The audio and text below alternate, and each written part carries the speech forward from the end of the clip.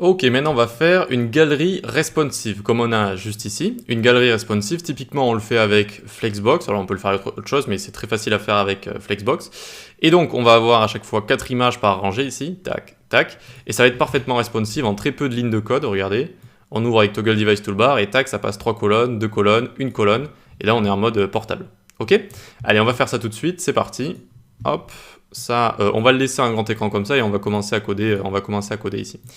Donc on peut enlever tout ce qu'il y a, je dézoome un petit peu dans notre HTML et CSS, hop, et ici, tout ce qu'il y a ici, tac, on l'enlève. On laisse juste de base, et puis on peut enlever le display flex ici, très bien, tac, tac, tac, on peut laisser ça comme ça. Donc ici on va avoir un H1, j'avais écrit ma galerie responsive. Alors je reste dézoomé comme ça, vu que vous allez voir qu'on va écrire pas mal de choses d'affilée. On fait une div avec la classe galerie ici.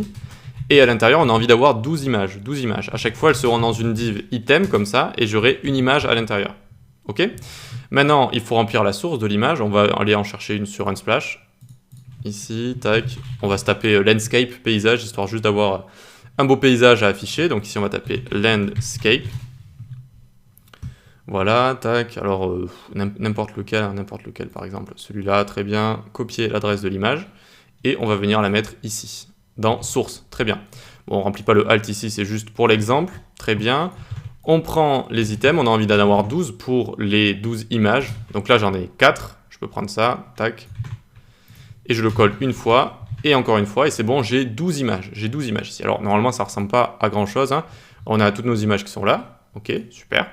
On peut commencer à styliser tout ça. Alors, qu'est-ce qu'il faut se dire en premier ici?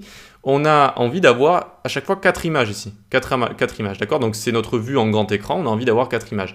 Donc il va falloir avoir un container qui, en grand écran, on va pouvoir le diviser par 4 pour avoir ces items à chaque fois, en comptant les marges sur les côtés. On a envie de mettre des petites marges ici. Voilà. Il faut l'avoir en tête avant de commencer. Ensuite, on vient ici, on va dans le style. Alors, je crois que le background, je l'avais mis 333, je l'avais mis en sombre ici, très bien. Et une hauteur de 100 VH, histoire de, hop, 100% de la hauteur d'écran. Donc là, je peux grandir tout ça.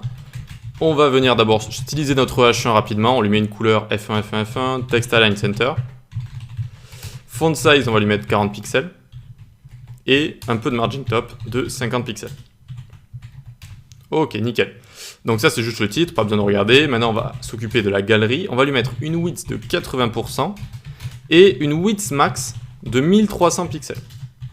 Alors, ça veut dire que quand on va réduire notre écran, si la width, donc 80% de la width de la largeur fait moins de 1300 pixels, alors ma galerie fera une width de 80%, mais si 80% de la largeur est supérieure à 1300 pixels, ça va être capé, ça va être bloqué à 1300 pixels. Ok?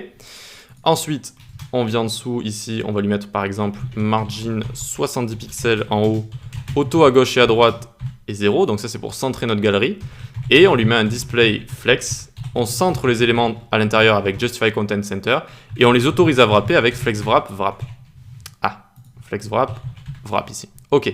Voyons voir ce que ça donne. Pour l'instant, bon, on ne devrait pas avoir grand chose. On a les items qui ont wrappé, hein, ils ont wrappé. Et vous voyez qu'ils prennent en fait 100% de notre container pour l'instant en fait. Voilà, ils prennent 100% du container.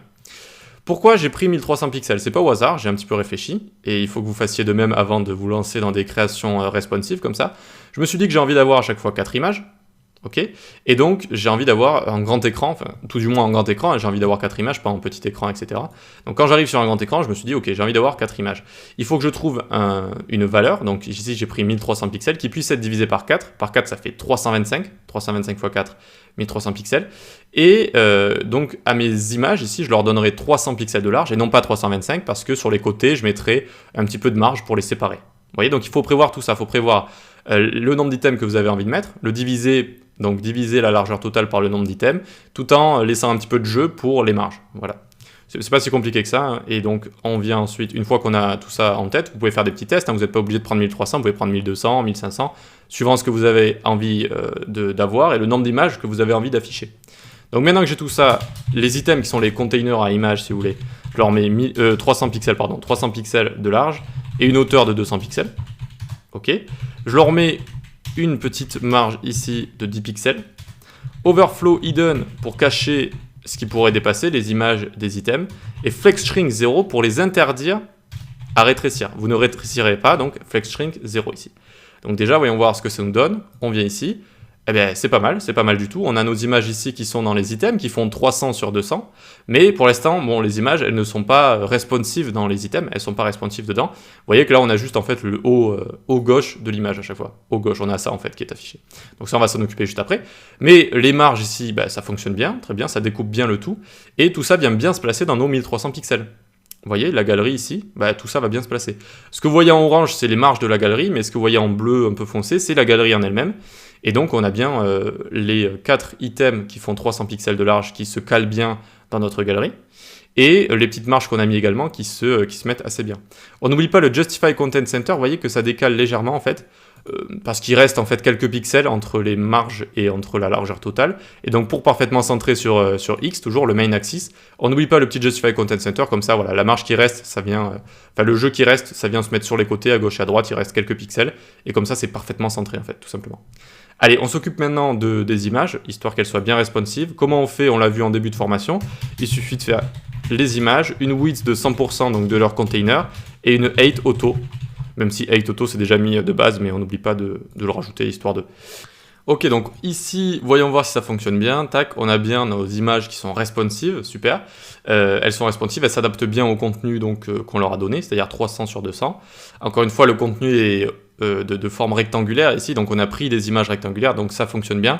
Si on avait pris des images verticales, eh bien on aurait beaucoup perdu en qualité, alors qu'ici on perd très peu au final. Voilà. Donc ça fonctionne bien, mais c'est responsive aussi, regardez, vu qu'on a mis flex wrap. Ici, dès que 80% de la largeur va être inférieur à 1300, mon container il va commencer à baisser, tac, hop, ça descend, et là vous voyez que du coup la largeur du container c'est 80%, et c'est devenu fluide, c'est devenu responsive, vu que maintenant ça va s'adapter par rapport à la largeur de l'écran, et les éléments ils vont wrap en fait, ils vont wrap, c'est tout ce qui se passe, ça wrap, et c'est bien responsive très facilement. Vous voyez qu'on n'a même pas eu besoin ici de media query ou quoi que ce soit, en même pas 20 lignes de code, on a réussi à faire une galerie totalement responsive. Alors on peut aller un petit peu plus loin pour styliser la galerie par exemple, pour mettre du texte en dessous, etc. C'est possible, hein, vous pouvez faire ce que vous voulez après, mais les items c'est bon, ils sont bien responsifs comme ça. Donc ce qu'il faut comprendre quand on fait une création comme ça, c'est combien j'ai envie d'avoir d'images affichées par rangée ici, ou combien j'ai envie d'avoir de colonnes dès le départ en fait, combien j'en ai envie d'avoir. Et se faire un container qui a une largeur qui est divisible par ce nombre-là. Donc ici, 1300, c'est bien divisible par 4, ça fait 325. Donc on leur donne une largeur qui est légèrement inférieure à ça, donc 300, pour laisser un petit peu de marge sur les côtés, un petit peu de jeu. Et voilà, et puis donc ça nous donne quelque chose de très facilement responsive. Allez, on passe à la suite.